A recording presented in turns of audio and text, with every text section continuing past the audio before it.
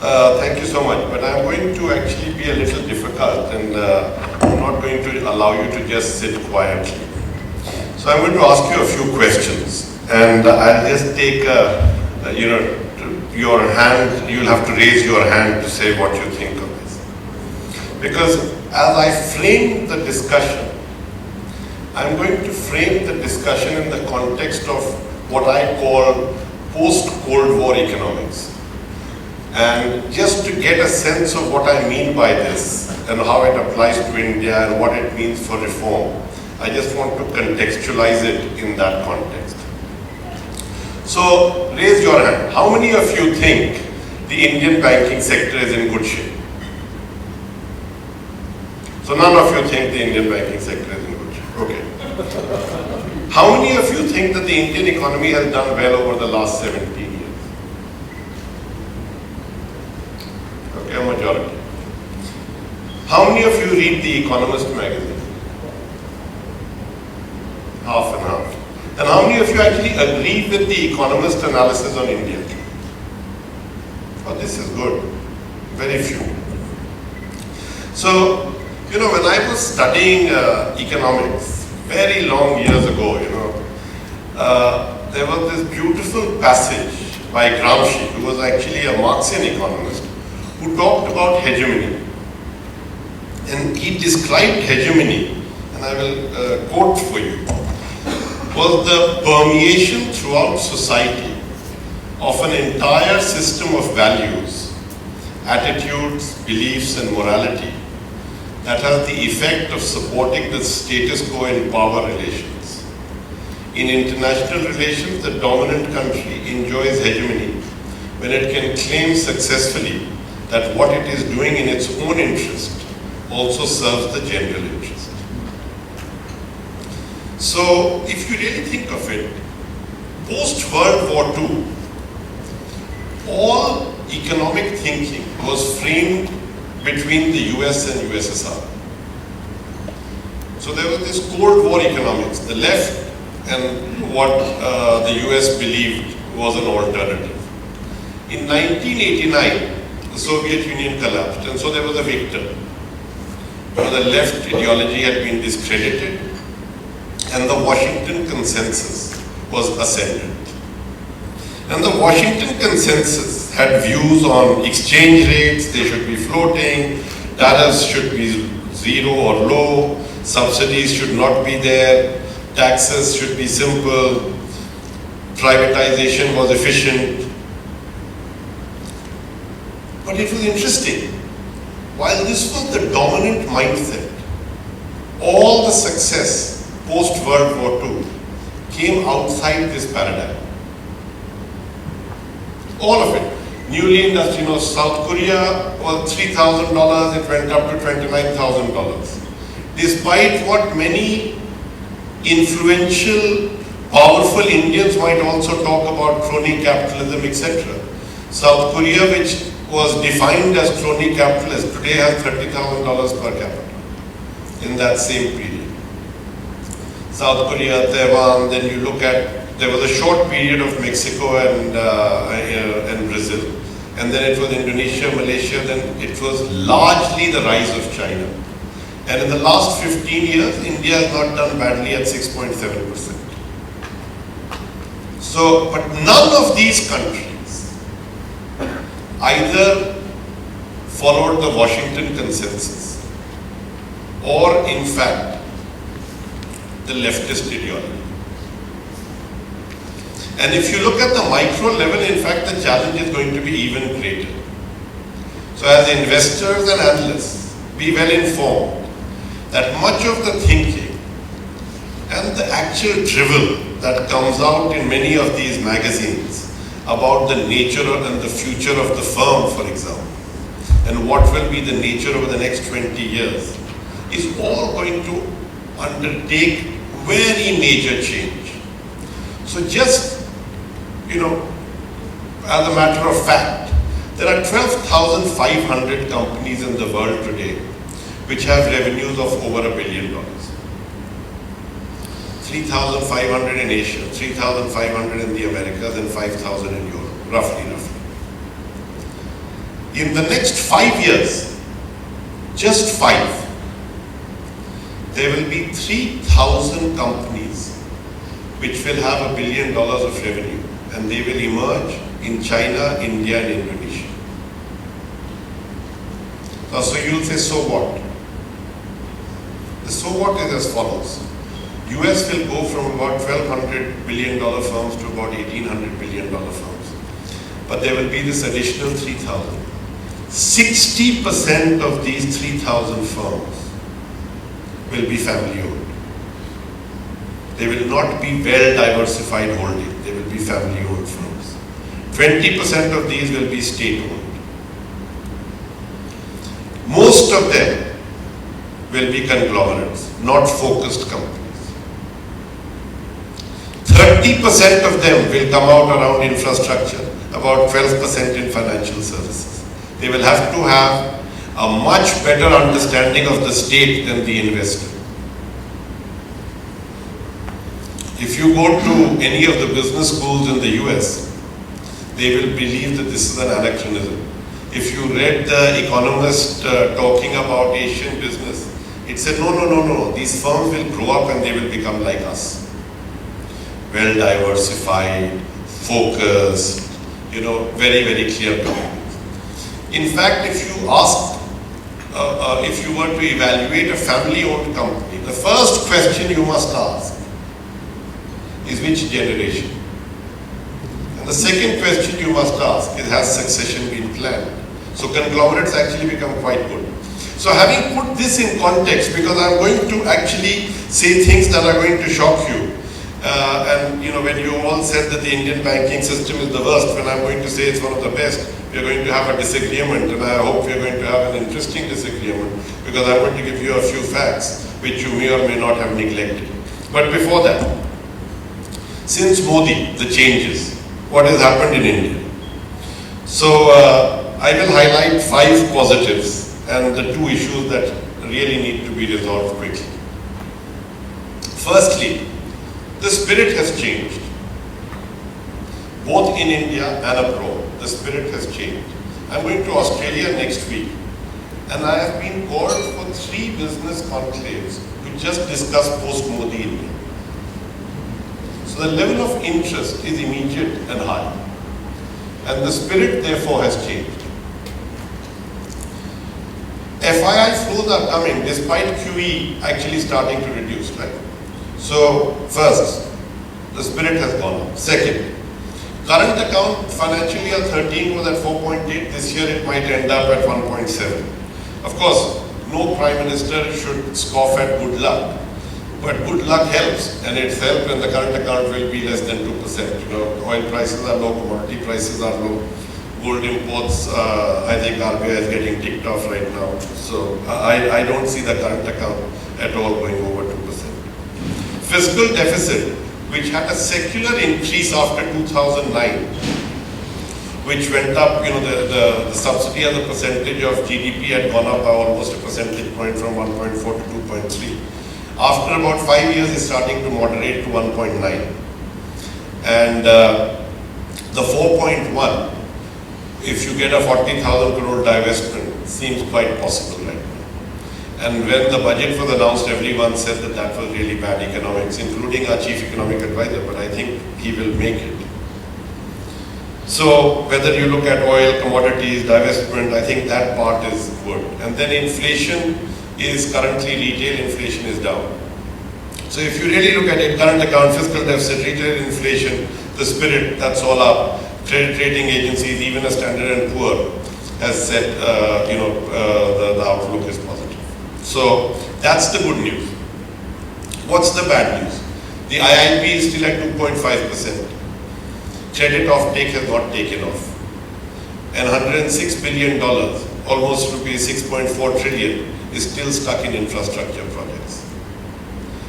There is no way forward without a resolution of infrastructure. This is really important and urgent, and it's going to actually affect us in quite a significant way unless we can actually address it. If you actually take the 10 large infrastructure companies and the 20 large non-infrastructure companies, you will find debt equity is quite disparate. For the infrastructure companies, it has come down. Yes, it's come down from 3.1 to 2.9%. That's high. For the non-infra companies, it's 0.6. So if you really look at it, infrastructure and its resolution is really important.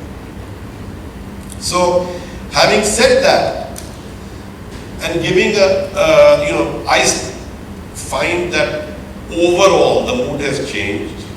I think 2 or 3 things are going to happen. GST will go through, and it's in itself will create a pretty significant change. If I go and talk to some of the ministers, I find that they are very clear with what is top on their agenda. So if you look at, the finance ministry, I think 4 things, now that defense is gone, 4 things are top of their agenda. The first is cutting fiscal, and that, if you will look at how this Jan Dhan Yojana is going to be used in terms of actually going direct and starting to cut some of the heavy subsidies, I think that's going to be one. Second, GST is going to go through. I think they will meet their divestment targets. And I think on this infrastructure, there is a need to at least clear 30 billion of this 106 billion that is stuck. I think that's the initial target. For power, coal is a key issue that has to be resolved before March next year. There is railway. So there are each of the ministries. What is good is that if you talk to a minister right now, you can see whether they are interested or uninterested in what you're talking about. And that's very clear and sharp. And so there is a real easy level of engagement on the issues that they are interested in.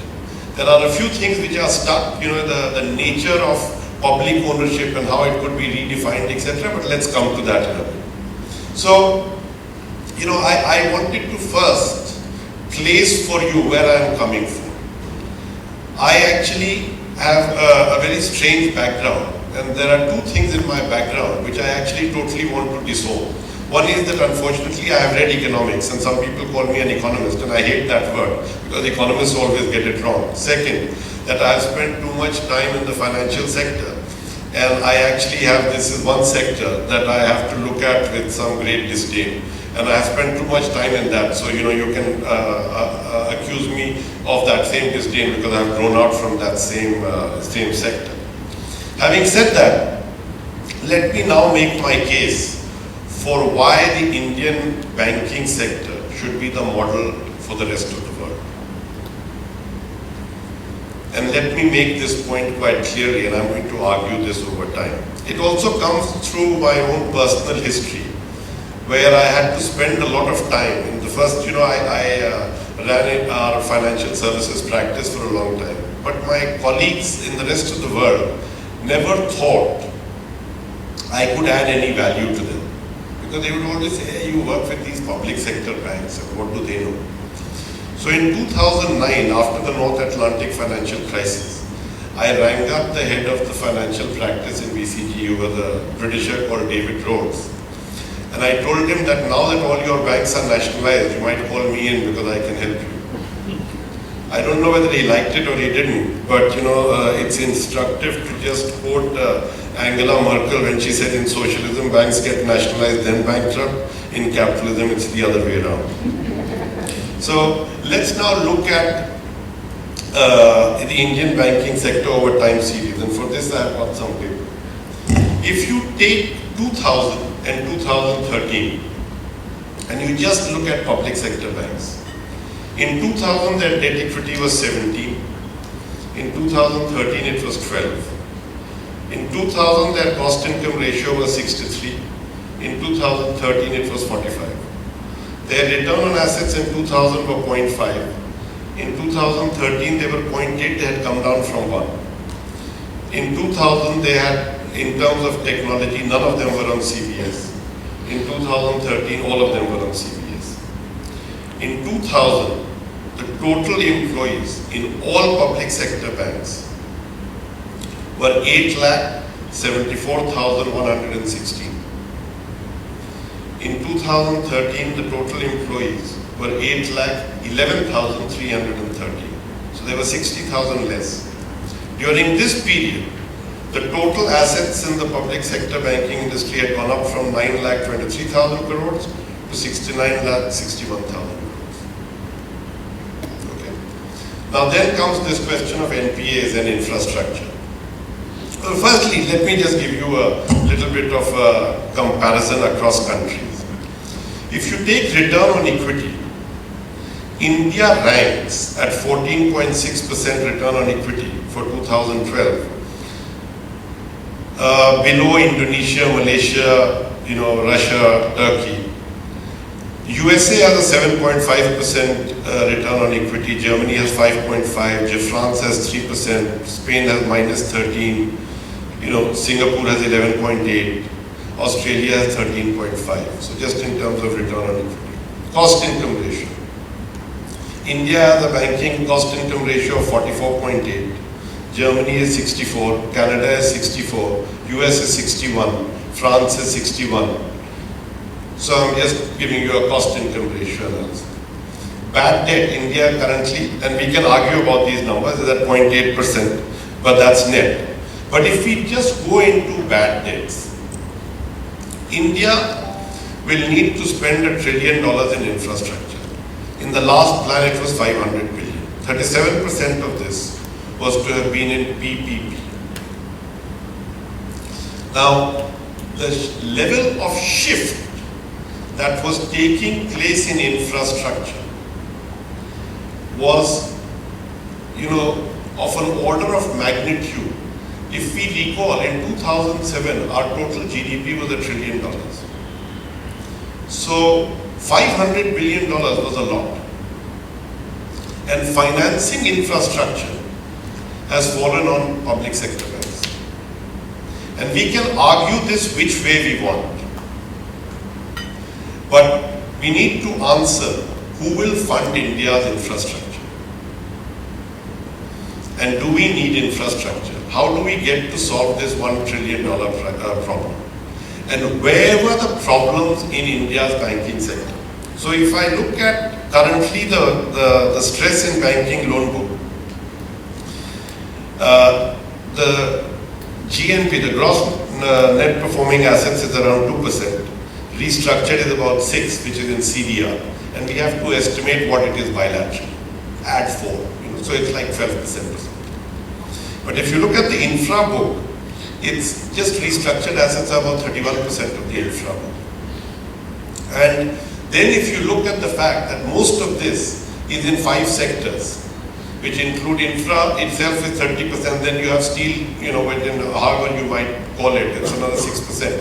So much of the tension is in infrastructure.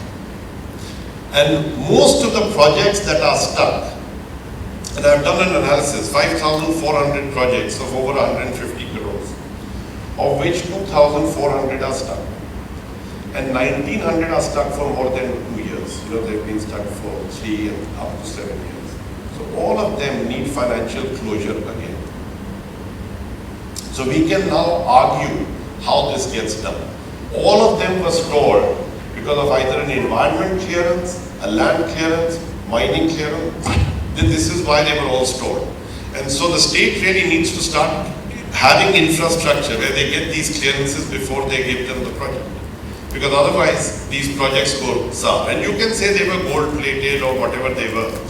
But if you look at China, if you look at South Korea, they've all followed similar, China has used banks to create their own infrastructure.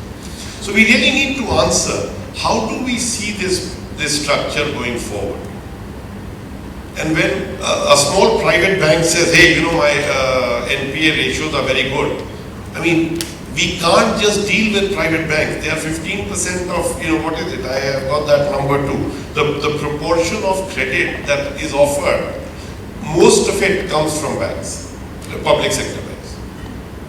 So now if we look at how much change they have made, which has been positive, how overall the Indian banking sector looks, my own view is that there is a lot that remains in the structure of our banking sector, which should be a role model. Right now, public sector banks have to be governed, hopefully, by the same guidelines that, for example, IDFC will have when it becomes a bank. which means that the promoter can have 26% stake and no one else can have 5% stake. Because this 51% has to be breached. The problem is that since there are three critical problems that public sector banks are going to face. The first is figuring out infrastructure. And they can't figure out infrastructure on their own. We need to get a haircut. Somebody has to take a haircut. The haircut should be taken by the government so that we get this started. And this is the most important pressing agenda for starting manufacturing back in India.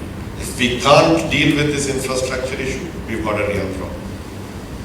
Once you can deal with that and take that aside, then we have to ask, what is the problem that public sector banks are facing? There are these big numbers which are thrown out about the capital that they need. And this is true. But if we really look at it, the public sector nature of banks, what does that mean? That the government can appoint the CEO, it can continue to have priority sector, but it need not have 51%. This is an issue which right now the government is not ready to accept. And all the discussions and debates, this 51% I don't find easy to, I don't think we are making progress on this 51% issue. This 51% issue is a big one because with it comes a lot of overlay. One is the capital overlay that comes because then the government has to keep financing a lot. The second is that it has all the oversight issues of CBC, CBI, CAG, and all the problems in HR. The HR problems in public sector banks are reaching critical proportions. Rajiv Gandhi has frozen recruitment in public sector banks in 85. So from 85 to 91, there were no recruitment. What happened is that before 85, public sector banks were a great job. There weren't many jobs around, but they were a great job. So they actually hired a lot of talent. Now all those people are coming close to retirement. So if you just go below the chairman level, you start seeing a whole gap in public sector banking. And from 91 to 97, the quality kept falling dramatically over this period of time. The salary structures have just not stayed together. And so the recommendations that have been made, some of them have been accepted, but the most important ones have not. So I think the government is going to come out with fixed terms for chairmen and executive directors. That's a good thing. But the need to move on salaries, even if they were to benchmark, 60% of the average of the top 5 private sector banks could be the salary of a public sector bank CEO. Bringing it below 51% so that they have autonomy on HR. Let the CEO be appointed on the recommendation of the government director, but with the nomination committee having 2 FIIs with 5% who are international and 1 FII with 5% who is domestic, so that you put pressure in the choice. You create a board of directors which a list is created, but the nomination committee chooses from that list rather than the government appointing. So the board governance becomes a bit easier. We don't need the complexity of the Nayak committee report to actually simplify public sector banks. I think the best public sector bank would be an Axis Bank. That's in the future of what banking can look like. And I think it's really important that if we could have a sector where there is, dominant state ownership in banks, but below 51%, private banks, foreign banks, and an easy licensing arrangement of on tap where new banks can come in any time, it would actually make our sector vibrant. All this talk about industrial houses, crony capitalism, we have to go beyond Cold War economics.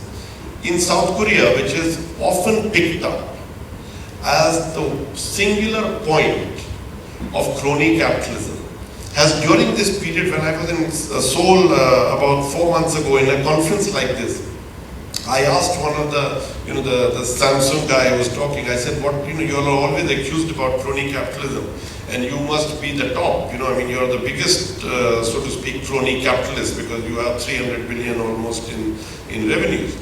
So he said, let me just tell you that South Korea has gone from 3,000 per capita to 29,400 per capita. And every 5 years, we throw a couple of these guys into jail.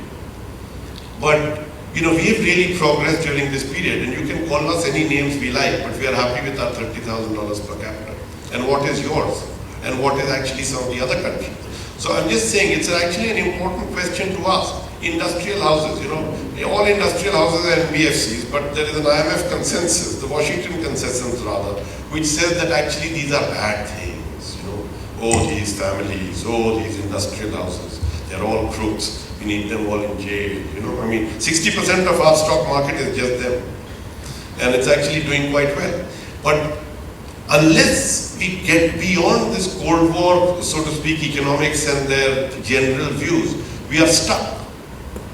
And so the reform agenda has to go beyond that, because especially in financial sector, the impact of digital will be such that soon we will be asking, are there regulators because there are banks, or are there banks because there are regulators? And it's a really important question, because the kind of challenges that will come to this sector will be coming from Google and from people who have an information advantage over any bank, in terms of how they process the information advantage. So we will go through a major change. Our regulators cannot see this. It's very difficult. They lose their whole prize. They sit and dominate over all these banks. Just now the extortion that the US regulator does, or the US regulatory agencies do. Why is it a $9 billion fine on BNP okay, and why should it not be 7, and why should it not be 12? Who knows? This is all extortionist. It's better or more organized than the mafia, the way the securities agencies in the US are dealing with institutions. No one today, if you want to open a dollar account in Singapore, no bank will open it. They'll say, gosh, we'll have to go under all the US regulation. So I think it's really important to challenge our thinking, and as you write your reports, ask these questions, because we really need to challenge the ascendant thinking. I have tracked The Economist. It's a very respectable magazine, but 44 straight articles on India have been negative. India has done nothing right in the last 6 years, though it has grown at the second fastest growing economy in the world. But we have never done anything right. And it's just interesting. The Economist will give, 7 pages to Britain and half a paragraph to India every fortnight. That's their worldview. That's not really the world. So I want us to challenge ourselves when we talk about terms like reform. Let's ask people to define what they mean by reform. Let's ask people to answer where have those reforms been successful. When the Atlantic financial crisis hit, and Rakesh Mohan called it the North Atlantic financial crisis, so I refuse to call it a global financial crisis. It was very important that Larry Summers said, no, this was easier to follow IMF prescriptions for the Indonesians, but not so easy to actually follow them for the US and Europe, because it's too close to home. So as we think about the future models that we have, I think we have a good thing going. We really need to put pressure to fight the right parts of the reform. We really need to get 51%. This 51% getting public sector banks corporatized so that they come under the Companies Act rather than stay under those acts of parliament that they are. Get them below 51%, open their HR, get them more active in raising capital is really important. Then again, one of the things that I'm sure a lot of you are celebrating, which I am much more careful in thinking about, is FII flows into debt markets in India. I know it's considered a great thing, I worry about it. If you were to look at the Sensex and the rupee dollar rate, it refers to only one thing, FII flows. $10 billion, $15 billion totally affects our, the rupee dollar rate and totally changes the Sensex. It's really a problem. Why should a country like India celebrate a strong rupee? It always bothers me. And then we want to be a manufacturing hub. It won't work that way. So those were some comments that I wanted to put out there. And I wanted to leave you with a quote from the other side, from Einstein. And I'm going to try and find that, which said that, a mind once, I can't find it, but it said something of the kind of, a mind once stretched from its original thought cannot regain its original shape. So as we think about all these terms that we commonly bandy about, let's challenge ourselves to think beyond the Cold War. It actually got over almost 30 years ago, and we should really start looking at a new horizon and a new paradigm. I'm open to questions. Thank you. Good morning, sir. I wanted to understand your perspective on the Make in India campaign that the government has launched. So, can you just name 3 or 5 critical things that the government needs to do to get that into shape and get started? Yeah. The truth is that, again, I don't want this to sound cynical, because I'm not at all cynical, but I want to make this first point anyways. People who have succeeded in India have succeeded in India when they have marveled as how India has survived. You know, how the hell did this country, which is part of Pakistan, Afghanistan, Nepal, Bangladesh, Burma, how did this survive? When they ask that question, they come with the right mindset. There are a lot of people who will ask, when will India fix this? India actually, unfortunately, doesn't work on that base. So now, having said that, just as a mental context, the good news is that we have now a positive momentum and positive spirit. And if you look at some of the alternative avenues of investment, Brazil, Russia, they look really bad, or even South Africa. So actually India has a unique moment right now that it looks good when others look bad. The second thing that's going on is, and even China, of course, is slowing down. And this, of course, I find a joke, because China, when it was growing at 10%, was a $2 trillion economy. Now, as an $8 trillion economy, growing at 7% actually is adding a lot. But that's a different story. I don't even want to get into that. Let me just address this. I think there are 5 things that we really need to be looking for. I would really be happy to see GST come through. It would be a big deal, and it might come through by March. That will be fantastic, but it will certainly come through in 2015. And that's really important. We should not undermine the importance of GST. It's real, and it can happen. The second is, we need to see some of these stupid things that have got stuck, like the coal blocks. This has to be done quickly. It cannot paralyze too many industries for too long. So both the power sector, the steel, the number of industries that get affected is large. And this has to get done explicitly. And we need to take a couple of pointers, can this get done? And once it gets done, that's a big deal. The third is, we need to see what happens with this $106 billion in infrastructure which is stuck. That's important. And then we need some signal that we can send to a global audience. Can India come down from 135 of ease of doing business to even 80 or something like that, which is not hard. We have to actually work on specific issues to resolve, which we can then bandy around the rest of the world. So I think if we can get some of these things done, then there will be a positive momentum that will start.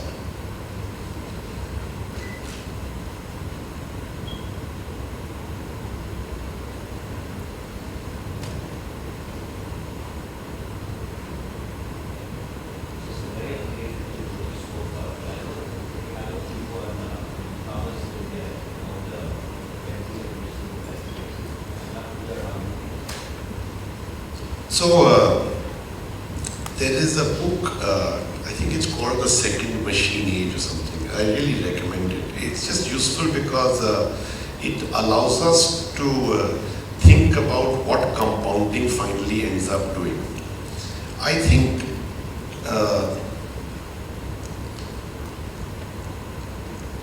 I don't know what the right word is, whether it's digitization, whether it's just plain technology.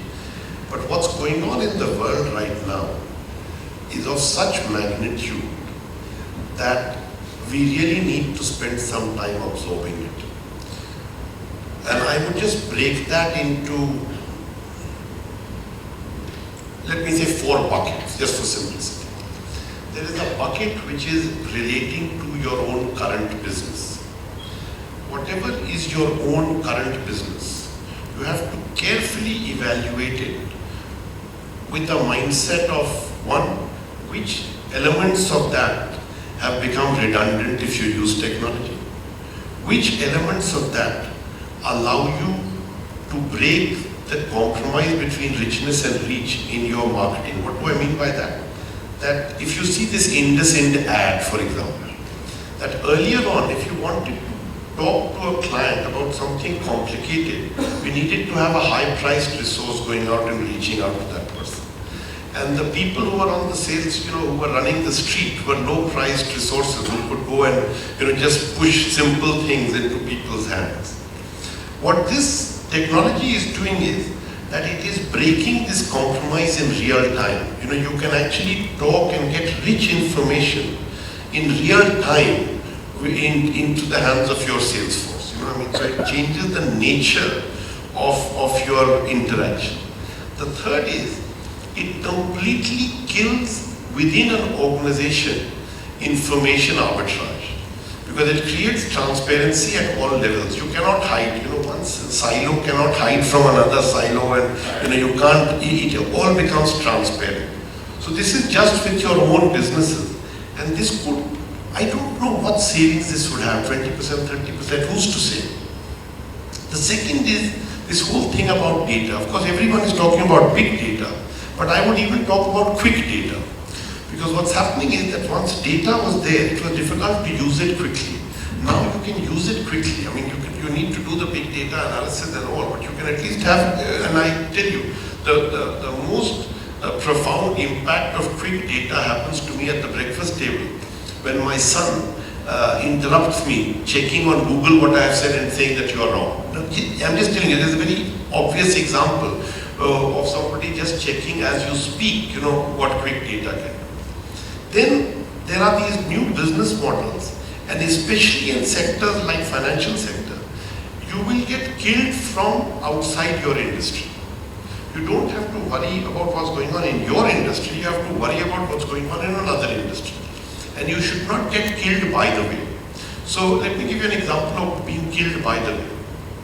When silver halide was there, and Kodak and all were making film, they used to worry about the digital camera, right? That's a good thing to worry about, and the digital cameras came in. And then somewhere in the west coast of the US, somebody was making a phone. He wanted to make a sexy phone. He made a phone, and he added a camera to it. He had no intent, Apple had no intent on making a camera. It came about by accident. And what it did was it took away the digital camera industry's main line. Likewise, music, is gone. Financial services, 32% of revenues in financial services come from remittances. What is that future? Information. A very important thing that banks had was information. Google has more information than any bank has. Any bank. So no non-collateralized lending, etc. These things can happen from a Google much better than it can happen from a bank. So, what are these new models which are outside industry silos, which will come and destroy your business? It's very hard to conceive because we think of our traditional competitors. And it's a real challenge. Then the fourth issue has got two parts to it.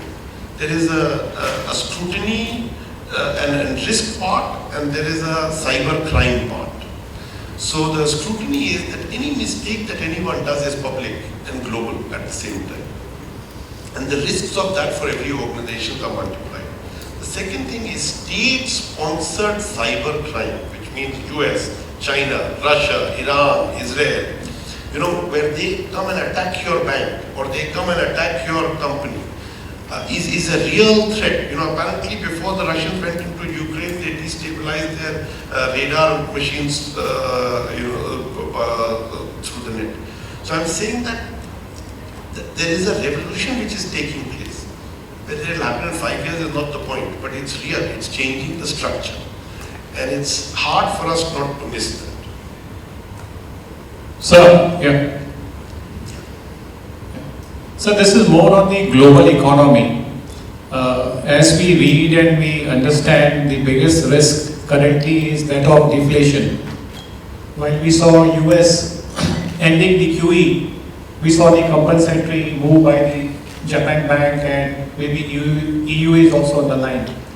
So what are your thoughts? How real is this deflation risk? And what are the variables we should track to see that, whether we are actually getting into that or we are coming out of it? So if you were to ask me, I would say that there are four big risks. Only one of them is economic. There is this risk on the global economy. There is this cyber risk that I talked about. There is this whole set of the world in at least the Middle East, Russia, Ukraine, a little bit of China. You don't want an accidental war in the world, and that's another area to look at. And pandemics are more easy these days because people travel so much. So if there is a SARS virus or an Ebola virus, you can actually find that going out of control very quickly. In this, if I look at the global economy, I feel that the US is actually now, unless they keep, the Democrats and the Republicans keep fighting with each other, it's basically out of the dump. It's looking reasonably solid. And then we have Europe, which gets a lot of the press, and we have Asia, which gets none of the press, right? So in Asia, what do people talk about? They talk about Japan, and then they talk about the slowing down of China. That's all that we're really talking about. If you look at the Asia, if you take these equivalent blocks, actually now Asia is a 35% block. Europe and the US are actually slightly smaller as blocks. So while Europe has a real issue whether Germany can overcome its last 15 years, the post-Berlin War psyche, can Germany ever overcome? Or can Germany start to understand the political economy of Europe, where Europe now has to stay together, otherwise it will become irrelevant. Each country will be too irrelevant. But the German Chancellor is elected by Germans only and not by all Europeans. So what will be the German view on how they think about monetary policy and how they think about fiscal austerity is going to be an important challenge.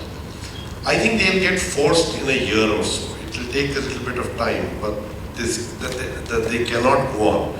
And the other big problem with Europe is the mindset. If you look at US, there's a mindset which is both creative and destructive. It destroys and creates.